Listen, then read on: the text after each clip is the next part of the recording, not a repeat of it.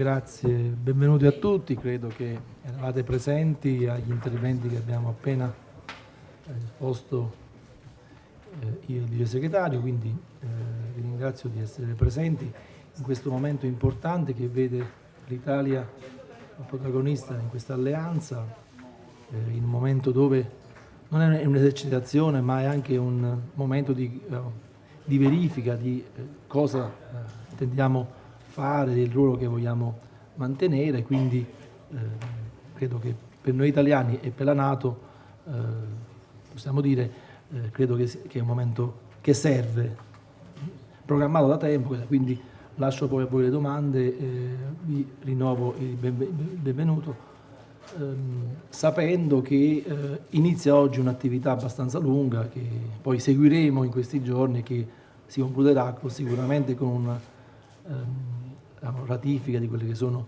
gli impegni che stiamo garantendo. Well, thank you very much, Undersecretary Alfano, once again for the warm welcome you've given to the delegation from Brussels. Thanks for your very kind hospitality. It's good to be here in Trapani for the opening of Trident Juncture 2015, which, as you've heard, is NATO's most ambitious exercise in over a decade. I'd like to stress at the outset that Italy is a strong ally, plays a leadership role in the alliance.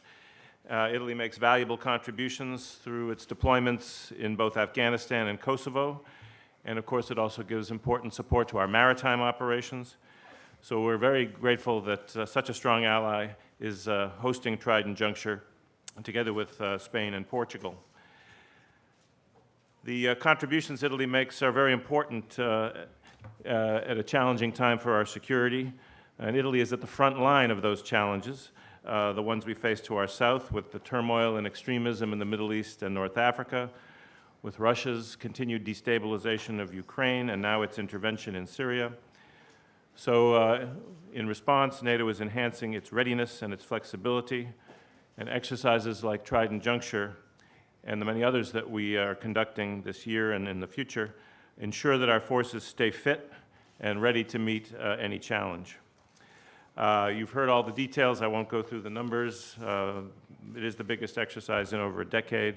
It will certify next year's NATO Response Force headquarters and test the functions of our new very high readiness Spearhead Force ahead of its becoming fully operational next year.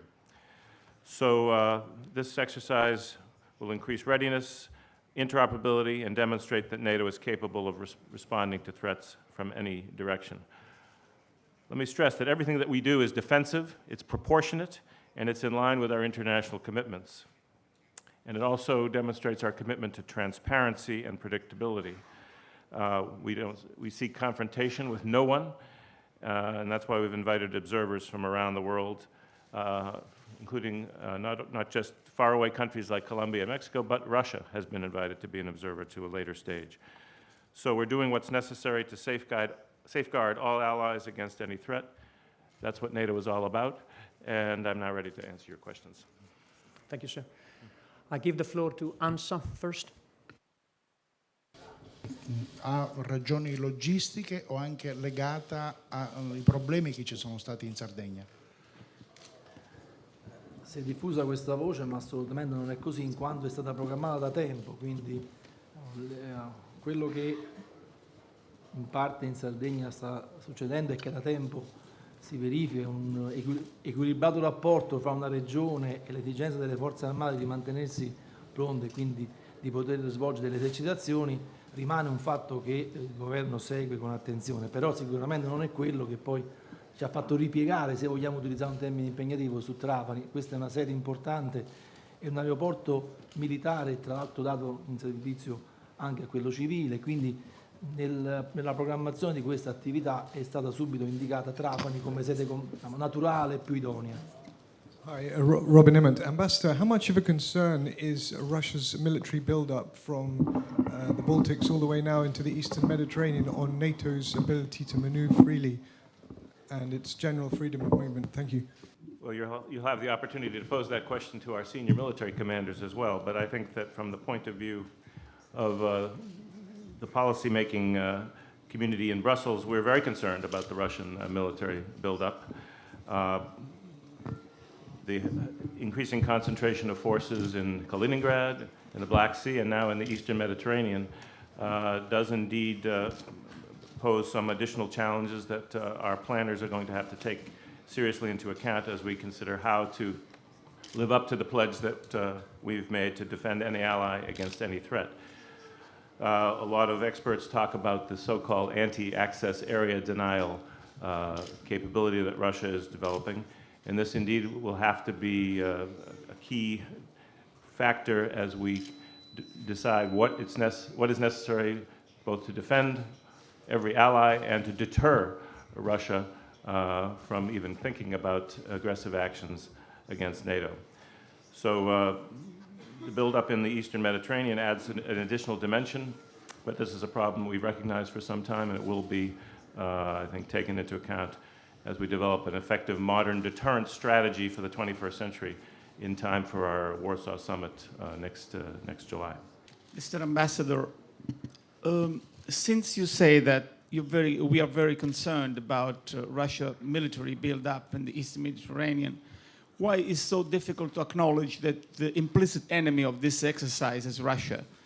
And the second question is, how do we assess the Islamic terrorism threat in the Mediterranean in terms of priority in comparison to Russia? Thank you. Well, I don't think it's correct to say that the real adversary in this exercise is Russia. This is it's a fictitious adversary set in a region well to the south of Europe. In I think the countries we're dealing with have been superimposed on the map of Africa.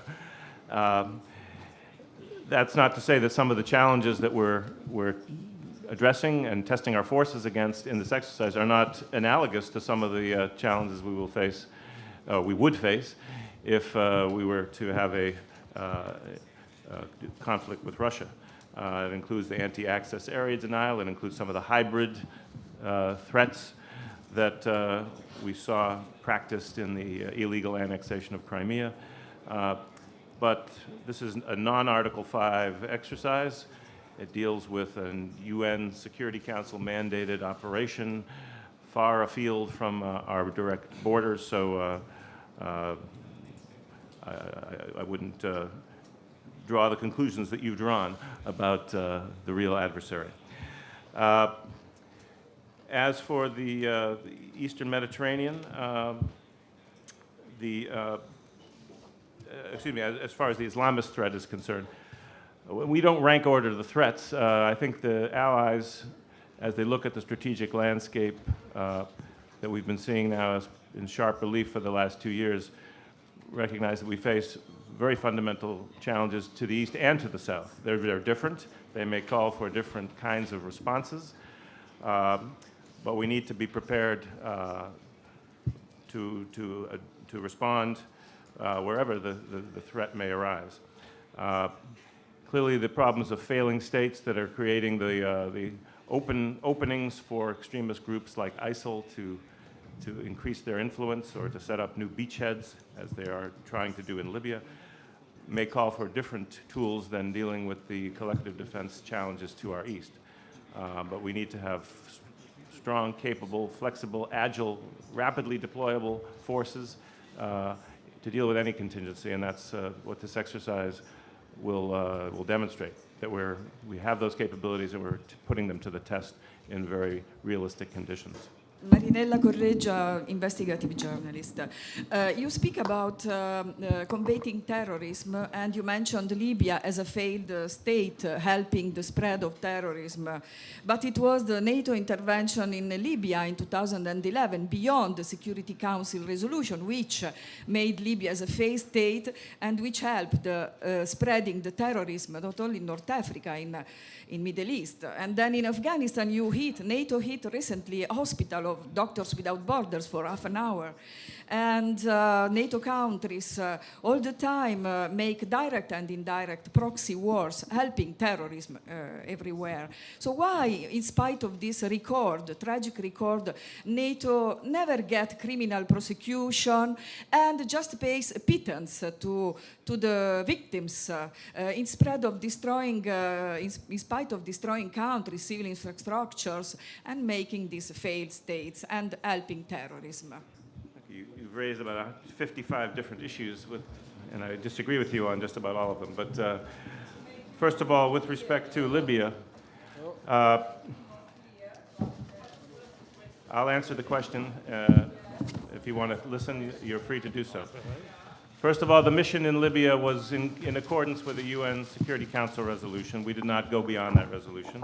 And I still believe, as do members of NATO, that we acted with full justification to prevent massacres of civilian population of Libya.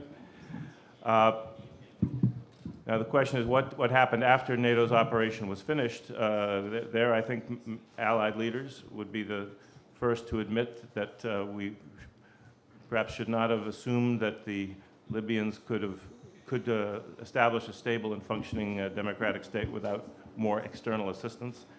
I think NATO at least shares responsibility, but it was, I think, collective misjudgment by the international community.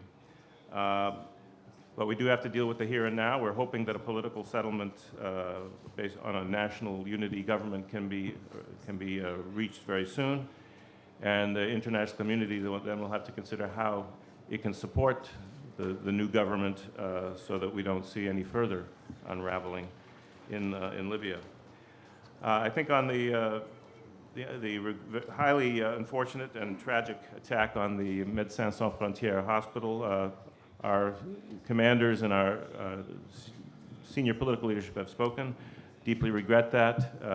It's being thoroughly investigated both by the NATO command in Kabul, by the United States on its own, and there's an Afghan investigation. And we want to bring out all the facts so that this sort of tragic mistake doesn't happen again.